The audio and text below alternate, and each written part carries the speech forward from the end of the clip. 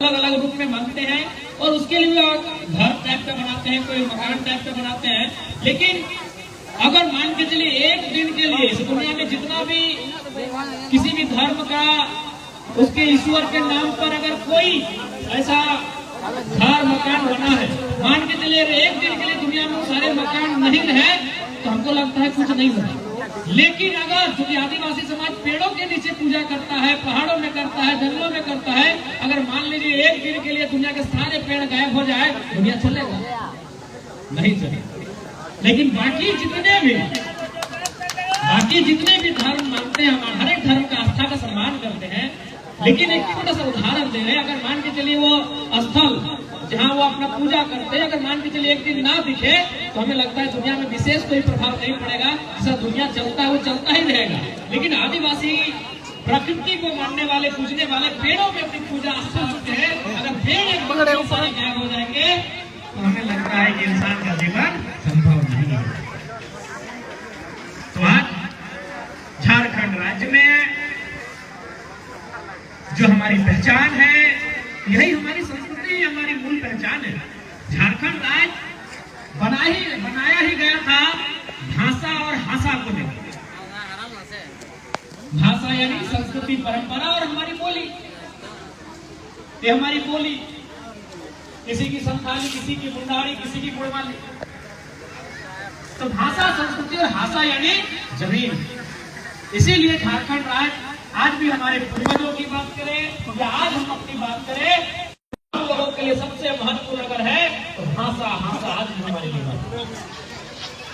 आज भी हम लोग जल, जमीन, जंगल की लड़ाई के लिए हमेशा आगे सीधा काम के खड़े हो जाते हैं।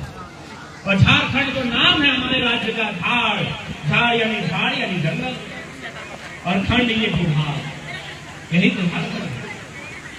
एक हमारे राज्य के एक महान विद्वान डॉक्टर रामदयाल सिंह मुंडा कहते थे, क्या कहते थे कि जहां जहां तक मादर की थाप जाती है, जहां जहां तक मादर की थाप जाती है, वही तो झारखंड है। यही हमारी गौरवशाली परंपरा, यही हमारी पहचान। और आज मैं आप सबों को यही कहूंगा, और हम लोग कहते हैं गांव देहात में कि जे मानुष एक भाषा हराए से मानुष एक दिशा है।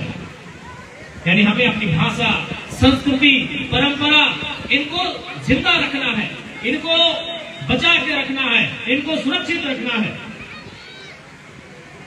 कि धीरे धीरे समय बदला, बदलते समय के अनुसार बहुत सारे लोग, हमारे ही लोग, बीटीपीएस, सीटीपीएस, तमाम जैसे उद्योग, कंपनी, फैक्ट्री जब आए तो यूपी के लोग आए, हमारे साथ रहने लगे, बिहार के लोग हमारे साथ रहने लगे, बंगाल, गुजरात, महाराष्ट्र के लोग रहने लगे।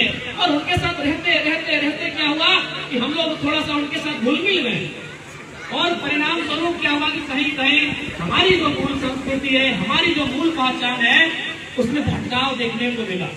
हम लोगों ने उनकी संस्कृति को थोड़ा सा बहुत ही उत्साहित होकर देखने लगे, समझने लगे, और हमारी जो परंपरा है गौरवशाली, उससे थोड़ा सा भटकाव होने लगा। इसलिए आज आपसे आग्रह होगा, इस ऐतिहासिक, गौरवशाली, प्राकृतिक सरूल पर्व के दिन आज आप सभी से आग्रह होगा कि आप अपनी भाषा, संस्कृति को बचा के रखें, सुरक्षित रखें। आज आप सभी ने कभी तोता को देखा है? की बोला तोता के है? सुगे बोला ना, सुगा देखे? सुगा, ये हरा सा मिट्ठू जिसको बोलते हैं, मिट्ठू हरा, कितना सुंदर दिखता है सुगा, चोंच भी लाले लाल चोंच। लेकिन उसको लोग कहाँ पकड़ के रखते हैं? सबसे पहले उसको पकड़ते हैं, उसका जो ये डंका, वो क्या बोलते हैं, डंका ना, हाँ, उसका पंजा। सबसे पहले उस सुगा यानी तोता का पंजा को तोड़ते हैं और लोहे के पिंजरे में जाके भर देते हैं। चाहे मालूम है ना, सुगा, तोता जो बोलता है ना, ट्याम, वो किसी की भाषा का नकल करता है। यानी नकल करने वाले लोग पिंजरे में भर दिए जाते हैं। हमने कौवा देखा है, भले देखने में काला है, सुगा की तरह सुंदर नहीं दिखता है, लेकिन आज तक कभी किसी ने देखा है कि कौवा के गर्दन में रस्सी डाला है, कौवा के पांव में किसी ने जंजीर डाला है, देखा है? नहीं, एक कौवा जो काव काव काव काव काव काव करता है ना, ये उसकी माँ की भाषा है। इसका मतलब क्या हुआ?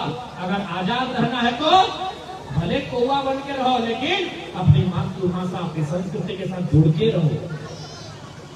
देखिए तोता को जाके देखिए, तोता नकल करता है, दूसरे की भाषा का नकल करता है, दूसरे की बोली का नकल करता है। लोग उसको पकड़ते हैं, दोनों हाथ भी तोड़ देते हैं, आधा आधा काट देते हैं, पिंजरे में भर के रखते हैं।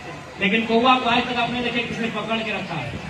कौवा का मन हुआ तो बुनियादों के दाल किसी पेड़ में बैठ गया, कौवा का मन हुआ तो पोखरिया में जाके बैठ गया, कौवा का मन हुआ तो नारायणपुर में जाके बैठ गया। कौवा हमेशा आजाद घूमता है इस आकाश में, क्या है? वो अपनी मातृभाषा अपनी संस्कृति के साथ रहता है। इसलिए हमें उस कौवे से सीखना चाहिए कि किसी भी हाल में लोग चाहे हमें कितना भी प्रलोभन कहने दें, मिट्टू को जैसे प्रलोभन दिया जाता है खाने के लिए अच्छा अच्छा, उस प्रलोभन में नहीं आना है। हमें हमेशा अपनी भाषा अपनी संस्कृति पे गर्व करना है, अपनी भाषा और संस्कृति को सुरक्षित रखना है। ये आप सबों को हम आज सरूल के पर्व के माध्यम से कहना चाहते हैं।